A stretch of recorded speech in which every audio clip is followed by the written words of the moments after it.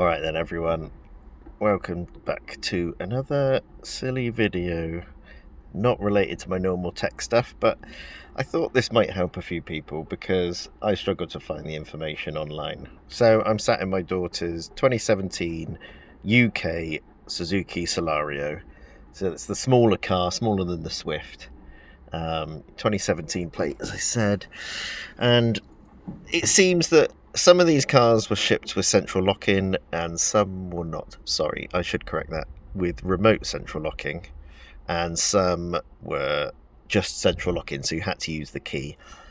So after various attempts and a bit of money spent, decided probably the remote central lock-in was not in this car and we never had a remote key.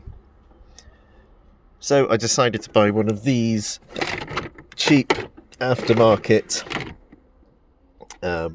central locking systems. It is simply this box.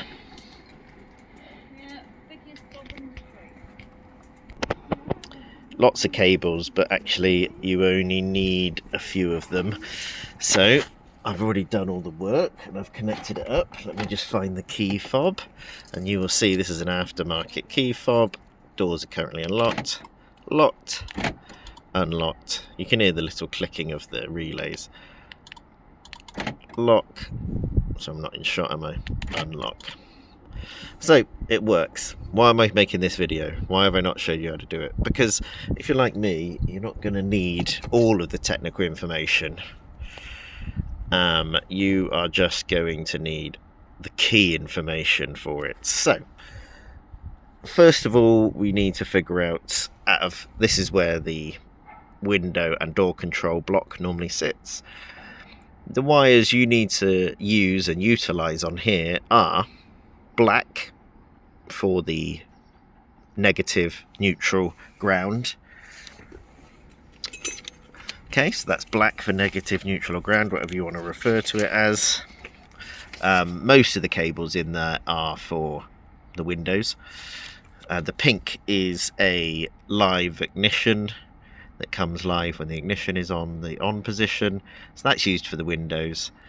The Suzuki Celerio uses a negative trigger for the window system, for the locking system. So if you're following a diagram, you use the negative trigger electronic lock. Negative trigger electronic lock. So I made some little notes here, and I've done this by simply diagnosing with a multimeter. So then these two green and yellow ones in the middle, these are the ones we're concerned with for the locking system. So the light green is lock.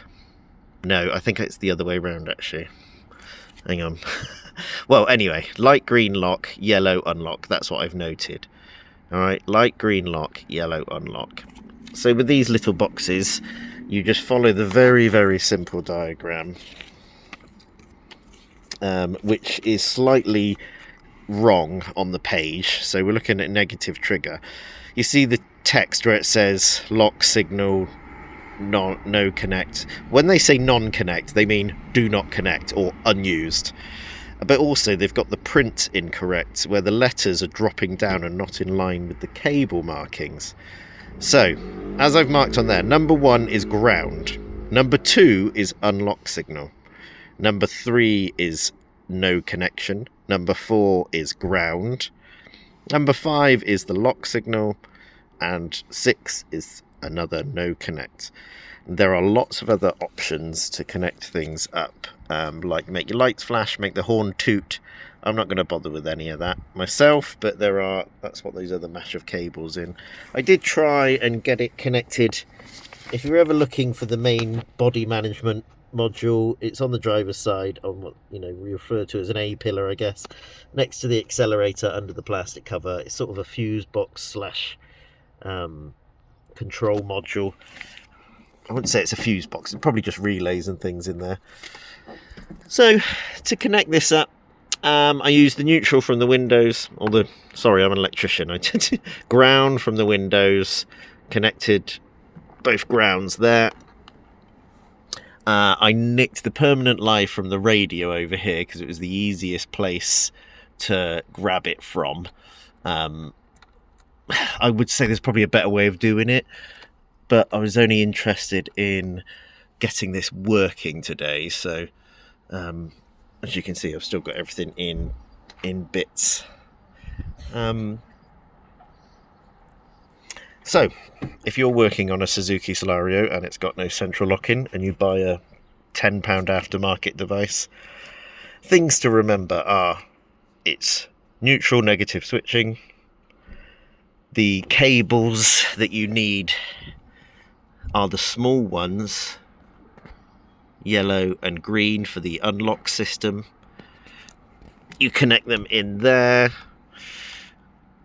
Yeah, you connect the ground on there. Don't try and use this screw because it's rubber, like in a rubber washer, like I was going to do first. You can go under here and grab the cable loom, but it all seemed a bit overcomplicated to do that. I'm just going to put the remote sensor in the door rather than anywhere else. Don't forget to fuse your live. These units do come with a fuse. So you need a permanent live, neutral, and you ground out 2 of the signal wires, and the other 2 signal wires go to these here. I really hope that's helped someone, because I've spent a day doing this, and if you can save a day with this 6-minute video, hopefully you'll do better than me. And obviously, if you do a better job, find a better way of doing it, post a link in the comments if you found a better way. Like I said at the beginning, the reason I went for an aftermarket device is because when I tried to get a remote key made, which I did do, I had a remote key made, the car does not go into key program mode at any point for the remote central lock-in, so I must assume that there is no remote central lock-in. Yeah, I must assume that there is no remote central locking remote antenna or module. And I'm not going to go down the road of reprogramming the BCM, getting a module from Suzuki and all that. This £10 option is way better. It's taken me half a day of research and 2 hours work, and I've got about another 30 minutes just to tidy everything up and put it back together, and hopefully it will still work.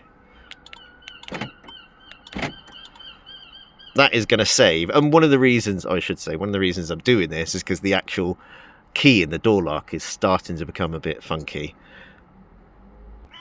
and become a bit sticky, so I thought I'd rather not replace an actual door lock or have to change all of the locks in the car. Yeah, let me know what you think, and if you find a better way, pop a note in the comments below.